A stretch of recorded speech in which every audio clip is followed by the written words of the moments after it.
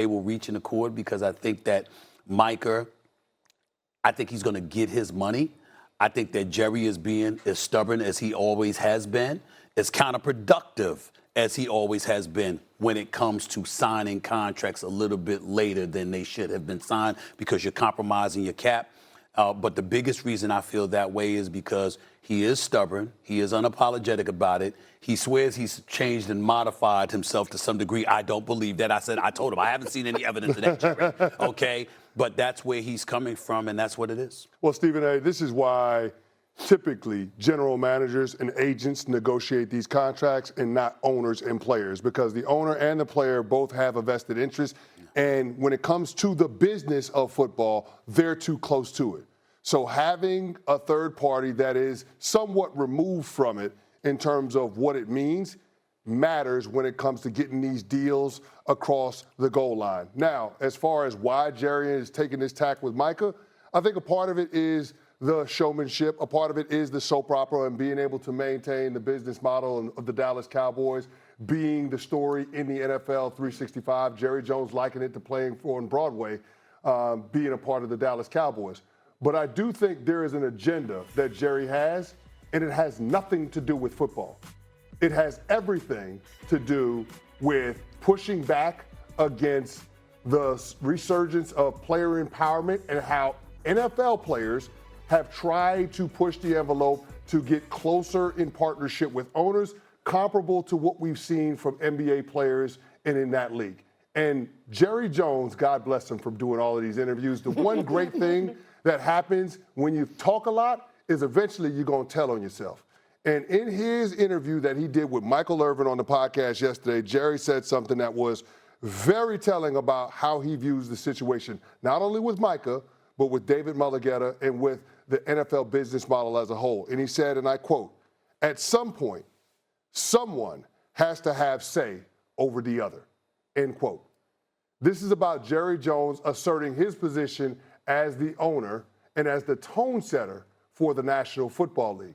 And it's not only with Micah Parsons in this negotiation for his football team, but it's also with David Mulligetta, his agent, who just so happens to be the man that negotiated the Deshaun Watson contract that every owner in the NFL ridiculed Jimmy Haslam for doling out.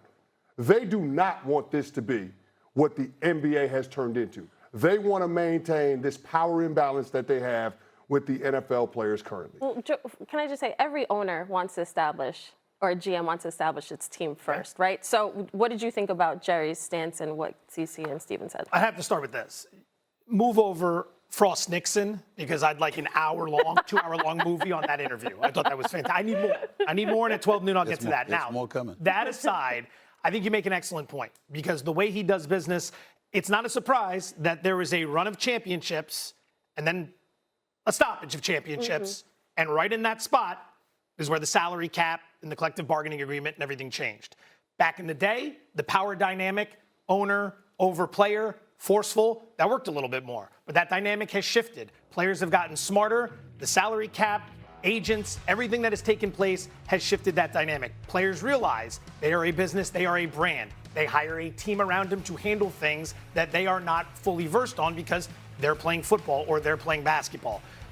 I'll give Jerry a little bit of credit here because it is crafty. I mean, this is a negotiation. You're trying to separate the player from his agent. If you get the agent out of the equation, you might be able to swing the balance of power in your favor. You might be able to save a little bit of money. The problem with that move is once you get outed like he has been now you have to figure out what the next step is because you've escalated in the conflict. And if the other side doesn't take that kindly, which they're not, now we start to get to a point where, not exactly Cuban Missile Crisis, but... Nobody's wrong here, but the power dynamic element that you brought up needs to be addressed with the seriousness that it deserves. Because on one hand, particularly in this day and age, it would offend most people. In the case of Jerry Jones, understand it's a little twist that he threw into the mix. And I don't know if this is true or not because, again, I haven't spoken to Micah Parsons about it. But Jerry Jones said, A, he called me. B, he wanted to negotiate on his own behalf. And then when we did it, he called me back and said, don't call me no more. And when he said it, if you were sitting in front of him like I was, it was this body language that said, who the hell does he think he's dealing with?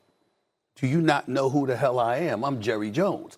That's entirely different than Dak. That's entirely different than the CeeDee Lamb. That's entirely different than Ezekiel Elliott or Zach Martin or others from, in terms of the contract negotiations. It's personal to some degree, whether he's willing to admit it or not, because of what he has articulated in terms of how the contract negotiations transpire. Because naturally, you know me, I was like, come on, Jerry. You know what I'm saying? And they cut it off or whatever, but you'll see it on my show. But I'm like, come on, Jerry. The brother, 25 years old. He's a puppy, and this is not to disrespect or act like Micah Parsons is not smart and brilliant and all that. But he's 25. He's a 25-year-old football player. Your organization is worth $12.8 billion. You are worth over $16 billion. You've been negotiating a decade plus before this kid was born. What are you talking about? Why?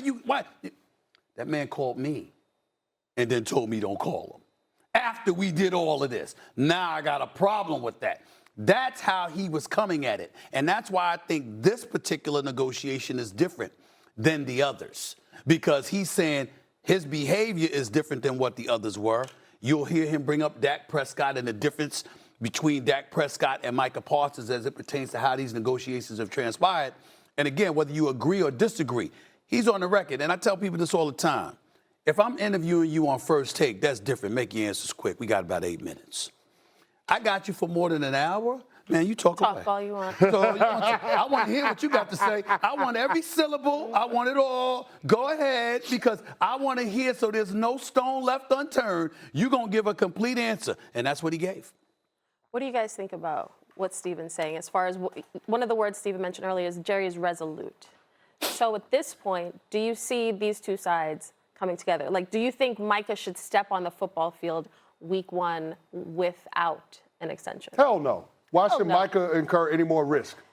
The only leverage that a player has is withholding services. And if Jerry won't give Micah what he's looking for, if he won't talk to David Mulligetta and structure the contract in a way that the player is comfortable with, then the player doesn't need to absorb any more risk. And we've seen this in the past in terms of players being able to execute this game plan. Think back to what Jalen Ramsey did when he played for the Jacksonville Jaguars. He said, my back hurts. And he didn't step foot on the field again until he played for the LA Rams. He demanded a trade, got traded, and got his bag, happened to win a Super Bowl ring. That's what this thing is setting up for. Also, by the way, Jalen Ramsey, represented by David Mulligetta. So when it comes to Jerry Jones saying that he has Micah Parsons' rights for the next 3 years, technically he's right. But if we're being pragmatic about this, that's not how this is going to play out. So if you're Micah Parsons, if you're in his camp, the only thing that you can continue to do is be resolute in your position and withhold your services and see how this plays out in hopes that Jerry eventually caves like he did in '93 with Emmitt Smith. The other thing you got to mention, I feel obligated to mention this, he did bring up Dak Prescott. He said, we didn't agree with Dak Prescott the first go-round. He went out on the field and played. We didn't agree with him the second go-round. He went out on the field and played.